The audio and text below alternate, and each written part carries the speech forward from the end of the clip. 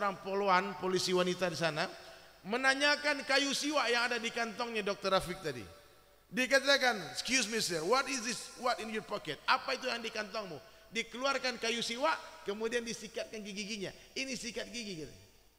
Itu mundur itu perempuan polisi, bisik-bisik mereka, akhirnya diputuskan mereka dibebaskan. Kata orang Amerika polisi tadi, ini semua orang primitif. Gak mungkin mereka teroris, orang sikat gigi pakai kayu. Sallu ala Nabi. Di balik sunnah ada kemuliaan, ada keselamatan. Asbab satu sunnah mereka selamat dari penjara bawah tanah. Ini kisah nyata, Pak. Maka mulai hari ini jangan remehkan sunnah. Kembalilah kepada sunnah Nabi sallallahu alaihi wasallam. Ya. Pakai sorban sunnah. Terus kalau nggak pakai sorban, nggak apa-apa. Boleh nggak sholat pakai peci hitam? Boleh. Suaranya mana nih Bapak? Boleh nggak? Boleh nggak sholat pakai peci putih? Boleh nggak sholat nggak pakai peci? Boleh. Indah Islam itu luas. Yang tak boleh itu sholat pakai helm ya. Ada polisi, jangan boleh. Ibu, jangan. Tapi kalau helmnya dipotong di tengahnya, di sini boleh juga. Karena jidat kita harus nempel di tempat sujud. Ibu-ibu, boleh pakai hijab warna-warni nggak? Boleh nggak? Boleh. Yang hitam-hitam boleh nggak? Terus kalau menutup muka dengan cadar boleh nggak? Menutup wajah sendiri tak dilarang agama, tak dilarang negara, tak dilarang adat istiadat. Yang tak boleh itu menutup muka orang, itu nggak boleh. Ibu bilangnya kau mau tutup mukamu, sakit kepala aku lihat muka, itu menghina, nggak boleh. Tapi kalau muka dia yang ditutup, kenapa ibu yang ribut? Orang mukanya dia sendiri. Kemarin 2 tahun lebih ya, laki-laki pun pakai cadar ya, pakai masker semua. Jadi hadirin sekalian, inilah indahnya sunnah. Sunnah itu banyak. Nanti kita bahas lagi kapan-kapan kita bikin majelis taklim ibu-ibu ya. Kita jelaskan sunnah 24 jam bagaimana cara sunnah di dalam rumah, sunnah mendidik anak dan sebagainya. Dan sunnah yang paling dicintai oleh Allah Subhanahu wa taala adalah salat 5 waktu berjamaah di tempat azan dikumandangkan. Allahu Akbar artinya apa, Bu? Mana yang lebih besar Allah daripada bos? Kenapa bos panggil buru-buru datang, Allah panggil pura-pura tuli? Kenapa? Hah? Iya enggak? Kalau orang yang betul-betul mengerti hakikat Allahu Akbar, tak mungkin dia tak memenuhi panggilan Allah. Pasti wajilat qulubuhum, pasti bergetar hati yang mendengar panggilan azan itu. Satu langkah mengangkat 1 derajat, 1 langkah menggugurkan 1 dosa. Apa susahnya sholat di masjid? Nih bapak-bapak, ibu-ibu, bayangkan tuh, Nabi beri fadilah 27 derajat. Susah kita menghitungnya kalau 27 derajat. Taruhlah 27 kali lipat. Sholat di rumah sendirian dapat duit 1 juta. Kalau sholat berjamaah dapat 27 juta, pilih mana? Kalau urusan dunia jangankan 27 kali lipat. Orang beda 20% saja. Di Bogor harga 100.000, di Tanah Abang 80.000. Itu naik kereta api ke Tanah Abang. Betul nggak Pak? Untuk urusan dunia paham hitung-hitungannya, tapi urusan agama, kenapa kita meremehkan urusan agama? Pasti agama ini yang di atas kepala, dunia di tangan. Agama dijunjung, dunia dijinjing. Kalau agamanya mau jatuh, lepaskan dunia, pegang agama. Hari ini kembali-balik, dunia dijunjung, agama dijinjing. Kalau goyang dunianya, aduh susah nih, ada kerjaan, ada duit, lepas dulu agama. Nah, makanya kita susahnya nggak bisa-bisa jadi mulia. Coba bayangkan Allah yang panggil kita abaikan. Rumah samping masjid rumahnya tak pernah sholat di masjid. Allahu Akbar. Tapi Allah memang maha baik. Ada orang ribuan kali dipanggil, puluhan tahun umurnya, tak pernah dia hiraukan panggilan Allah, tapi tetap Allah bagi rezeki, Allah bagi makan. Orang kampung ditelepon Pak Camat, bangga nggak? Bangga. Kata Pak Camat, kau berangkat ke kantor besok pagi ya. Siap Pak Camat. Besok on time ya, jam 8. Siap. Siap-siap ke rumah Pak Camat, tiba-tiba bunyi teleponnya. Yang nelpon ternyata bupati. Kata Pak Bupati, lalu kata, Bapak saya tunggu di kantor pagi. Siap meluncur, lupa sama Pak Camat. Kenapa orang kampung berani membatalkan janji dengan Pak Camat? Karena dia tahu, kalau Pak Camat marah pasti Bupati bela saya. Sedang menuju rumah Bupati, tahu-tahu ditelepon lagi sama Gubernur. Kata Pak Gubernur, saya lagi di Bogor nih, Bapak saya tunggu sebentar ya. Siap Pak Gubernur, lupa dengan Bupati. Itu manusia itu akan mentaati orang dia kenal. Padahal Allah Malikul Mulk, Allah itu adalah rajanya para raja. Yang menciptakan seluruh presiden adalah Allah. Yang menciptakan seluruh gubernur, wali kota, bupati, Pak Camat adalah Allah. Yang memberi kita mata adalah Allah. Yang memberi kita telinga adalah Allah. Cobalah berpikir sekali-sekali, siapa yang memberi kita pikiran sehingga pikiran kita bisa berpikir? Allah bagi kita pikiran. Diberi suami, diberi istri, diberi anak, diberi rumah, diberi mobil, diberi oksigen untuk bernafas. Kita berdiri di atas buminya Allah, di bawah kolong langitnya Allah. Berjuta nikmat Allah bagi. Jadikan air laut sebagai tintanya, jadikan dedaunan sebagai kertasnya. Lalu mulailah tulis nikmat Allah one by one, satu persatu. Kering air laut, habis semua dedaunan, masih ada nikmat Allah yang belum tertuliskan. Kenapa Allah panggil tak datang? Kurang ajar, kurang ajar. Nanti kalau dia digoyang dikit sama Allah, menangis, berteriak, apa dosaku? Itulah dosa kau itu, tak merasa berdosa itu. Itulah dosa kita, merasa tak berdosa. Padahal bayang ibu-ibu cobalah ngasih makan orang 3 hari 3 malam, kita bagi orang makan di rumah kita. Hari keempat kita panggil, mampir sebentar. Apa kau panggil? Dia jalan aja. Saya yakin hari keempat kita usir dia. Ini orang nggak ada otaknya. Tak sopan, kurang ajar nih orang ini, nggak tahu balas budi. Tapi Allah Maha Baik. Berjuta kesalahan yang kita lakukan, namun Allah tetap setia menunggu kita pulang. Kadangkala asbab satu kebaikan hambanya Allah hapus semua keburukan. Beda dengan manusia, kadang-kadang satu keburukan yang kita buat dihapus semua kebaikan kita. Tak ada kebaikanmu nampak di mataku. Ini mohon maaf nih, kata Nabi, banyak ibu-ibu para istri masuk neraka gara-gara kalimat ini. Bapak Ibu tahu orang paling buruk itu siapa? Orang ketika dia marah, dia melupakan semua kebaikan orang itu. Dia rendahkan semua ketinggian dia nafikan semua kelebihannya, dan dia buka rahasia orang yang dia benci itu, dan dia bicarakan perkara yang tidak dia buat, dia fitnah. Itu orang jahat. Maka jadilah orang baik, hadirin sekalian. Jadilah orang baik dalam pandangan Allah. Orang baik bicaranya baik, tulisannya baik, pandangannya baik, fikirannya baik, sangkanya baik. Orangnya husnuzon, insya Allah matinya husnul khatimah. Tapi orang yang suuzon, kemungkinan besar matinya suul khatimah. Orang-orang yang sangka buruk ini kadang-kadang dia merasa dia disakiti orang, dia dizolimi orang, padahal dialah yang menyakiti orang. Jangan suka sangka buruk, bunda. Sangka baik saja, sangka baik kepada Allah, sangka baik kepada hamba Allah. Ibu-ibu sangka baik kepada suami. Kalau suami tak pulang, terlambat pulang, sangka baik. Mungkin lagi di masjid. Mungkin suami saya ini lagi amalan di masjid. Ini kadang-kadang bapak-bapak ini kalau pulang ke rumah takut, bunda. Karena ada interogasi di rumah. Kalah polisi New York tadi. Dari mana? Sama siapa? Ngapain? Lihat handphonemu dulu sebentar sini. Akhirnya apa? Banyak bapak-bapak yang menulis nama istrinya kuntilanak. Takut dia sama istri. Allahu Akbar. Maka jadilah wanita soleha ya. Jadilah wanita yang baik, wanita yang paling pandai menyenangkan hati suami. Insya Allah semua kita bahagia dan pernikahan kita semua abadi sampai ke surga. Amin. Kemudian hadirin sekalian, orang baik dalam pandang Allah, dia tawadhu. Tahu tawadhu? Hatinya rendah. Dia memandang semua orang lebih baik dari dia.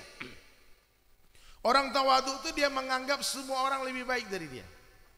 Dilihat orang tua itu lebih baik dari saya karena mereka lebih dulu menyebut nama Allah dari saya.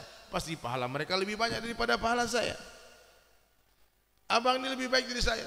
Kenapa orang tua lebih baik dari saya? Kenapa? Karena hari lahir mereka lebih dekat dengan hari lahirnya baginda Rasulullah ketimbang saya.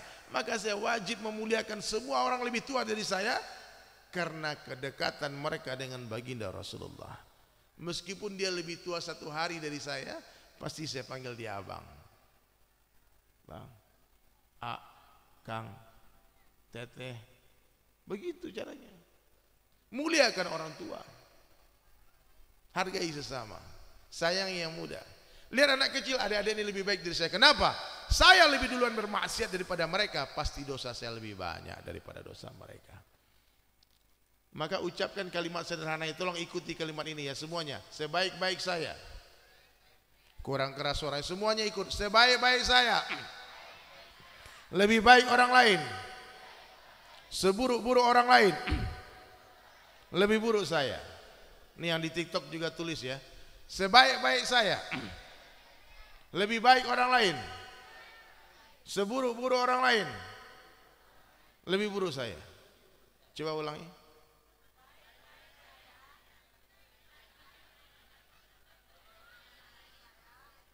Astagfirullah, astagfirullah, astagfirullah. Seburuk-buruk saya, lebih buruk orang lain. Bukan begitu, Bunda.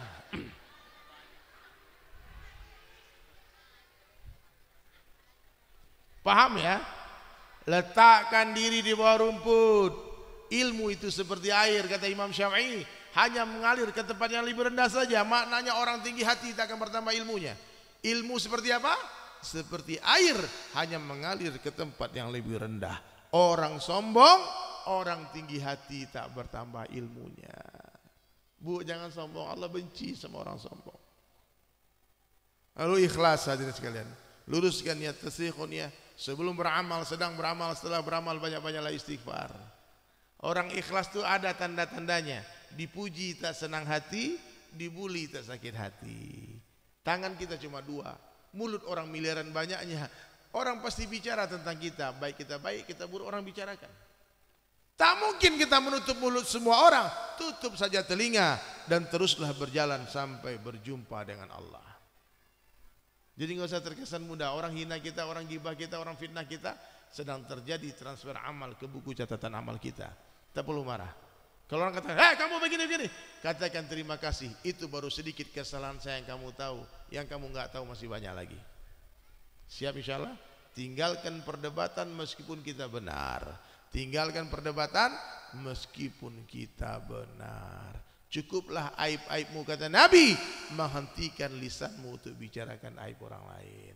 Maka mulai hari ini hadirin mulia, luruskan niat sebelum, sedang dan setelah beramal, banyak-banyak istighfar. Dan yang terakhir, orang baik dalam pandangan Allah, dia banyak mengingat kematian. Kematian adalah sebuah kepastian. Tidak ada yang pasti di dunia selain mati. Betul nggak Bunda? Ini kalau saya perhatikan wajah-wajah jamaah ini nampak tak lama lagi. Iya, tak sampai 100 tahun, 200 tahun. Umur umatku kata Nabi 60-70 tahun saja, 60 and 70 years. Dunia sebentar saja, akhirat sebentar lagi. Banyak orang pagi hari duduk-duduk di beranda, ternyata sore hari sudah di keranda. Kematian itu membingungkan. Lahir memang lebih duluan ibu dari anak, tapi urusan kematian kadang-kala lebih duluan cucu daripada nenek. Berapa banyak kita lihat orang yang angan-angannya melewati batas umurnya. Dia ingin bangun rumah, tahu-tahu dia mati sebelum rumahnya selesai. Dia ingin beli mobil, tahu-tahu dia mati sebelum punya mobil. Ingin menikah, sudah dihias gedung, disebar undangan, catering telah dipesan, tahu-tahu dia mati sebelum ijab kabul. Kematian sebuah kepastian. Malaikatul maut 70 kali setiap hari menatap wajah kita. Jangan menunda-nunda taubat. Kitalah yang harus bertaubat, menunggu ajal itu datang. Ya, mungkin saja. Mungkin saja. Saya nggak nakut-nakuti. Mungkin saja malam ini malam terakhir kita. Berapa banyak orang berandai-andai mau taubat besok pagi, ternyata malam itu dia tidur, dia tak bangun lagi. Malaikat maut 70 kali setiap hari menatap wajah kita. Dilihat nih. Saya sebelum kesini baru saja mendengar kabar berita teman saya meninggal dunia, hanyut di sungai, baru saja di Cilacap, baru saja. Saya belum lagi ziarah ke tempat dia. Agus namanya, mudah-mudahan Allah lapangkan kuburnya, amin. Dia anak pang, mukanya penuh dengan tato, kemudian sudah hijrah, full mata, bahkan matanya pun ditato putih-putih, hitam semua. Tapi dia orang yang bertaubat, mudah-mudahan matinya husnul khatimah, amin. Kita nggak tahu Tapi ingat, ulama menyampaikan bagaimana hidupmu begitulah matimu. Ibu-ibu kalau ingin mati di satu tempat, sering-seringlah main ke tempat itu. Bapak-bapak kalau ingin mati di masjid, sering-seringlah itikaf di masjid. Insya Allah mati di masjid. Amin. Kalau ibu ingin mati dengan sebuah kalimat indah, sering-sering ucapkan kalimat itu. Ingin mati dengan la ilaha illallah enggak? Ingin. Maka hari-hari bunda putarlah tasbih itu. La ilaha illallah, la ilaha illallah. Saya pernah jumpa satu orang, dia ucapkan la ilaha illallah itu 20.000 kali setiap hari. Istiqamah setelah puluhan tahun. Minimal katanya 20.000 kali tiap hari dia ucapkan la ilaha illallah. Kalau tidak mau mati dengan sebuah kalimat, jangan ucapkan kalimat itu. Kalau kita tidak mau mati di satu tempat maksiat, jangan pergi ke tempat itu. Kalau ibu mau mati dengan pakaian terindah, sering-sering pakai baju itu. Ya. Bagaimana hidupmu, begitulah matimu. Semoga kita semua Allah hidupkan dalam keadaan baik. Amin. Dimatikan dengan husnul khatimah. Mati dengan la ilaha illallah. Sekarang kita di atas tanah, tak lama lagi tanah di atas kita. Sekarang dunia nyata, akhirat cerita. Setelah mati, akhirat nyata, dunia tinggal cerita. Buatlah persiapan. Tak ada yang pasti selain mati. Kita dilahirkan ke dunia, dihidupkan untuk dimatikan. Sementara menunggu waktu mati itu datang, Allah beri kita kesibukan supaya kita tidak boring, supaya kita tidak bosan menunggu kematian itu. Tapi sayang, beribu kali sayang, banyak orang yang diberi kesibukan dunia oleh Allah sampai-sampai dia lupa dia bakal mati. Betul nggak? Mau tahu perbandingan dunia dengan akhirat? Celupkan ujung jari telunjukmu ke samudra yang luas, kata Nabi, dan lihatlah air yang ada di ujung jari kalian. Hadhihi dunia, itulah dunia. Kalau saja harga dunia dalam pandangan Allah sama dengan 11 sayap nyamuk, niscaya orang kafir tak akan diberi minum walau seteguk air pun. La aisha illa aishul akhirah. Tidak ada kehidupan kecuali kehidupan akhirat. Dunia sementara, akhirat selama-lamanya. Capres belum tentu jadi presiden, cagup belum tentu jadi gubernur, cabup belum tentu jadi bupati. Tapi kalau camat gimana? Ada Pak Camat hadir di sini? Ada? Mana Pak Camat? Ini semua camat nih. Calon mati pasti mati. Orang kaya, orang miskin, raja-raja, rakyat biasa. Baik, ini lagu terakhir saya pengen semua mungkin udah capek duduk, boleh berdiri. Berdiri semua, maju ke depan Pak. Ini maju ke depan, kan yang basah ini aman ini diinjak nih. Ya, tolong matikan lagi lampu itu. Insya Allah kita kembali membuat momentum indah. Insya Allah semua kita nyalakan flashlight kita. Insya Allah ini syair terakhir DSAS, dunia sementara akhirat selamanya.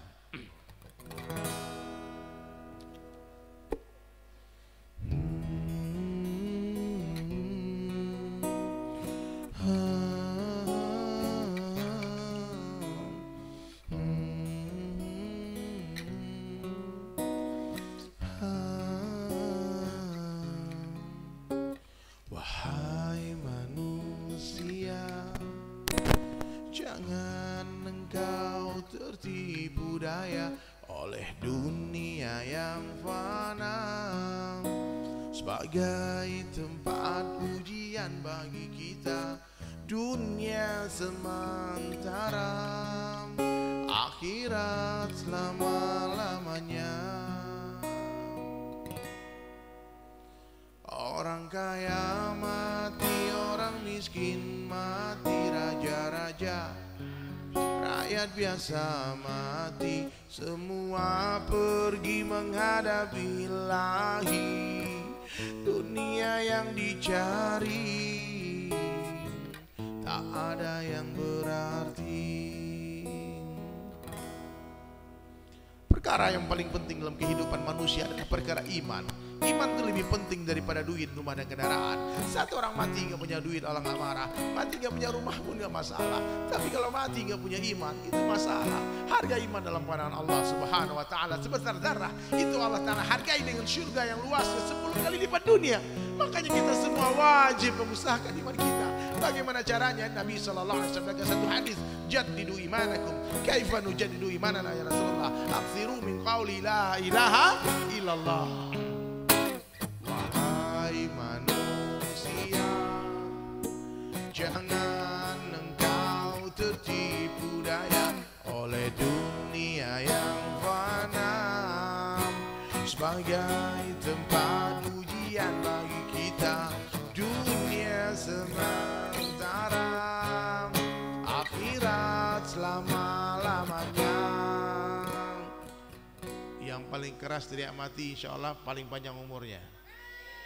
Yang tidak ikut teriak mati, mati duluan. Orang kaya, orang miskin, raja-raja, rakyat biasa.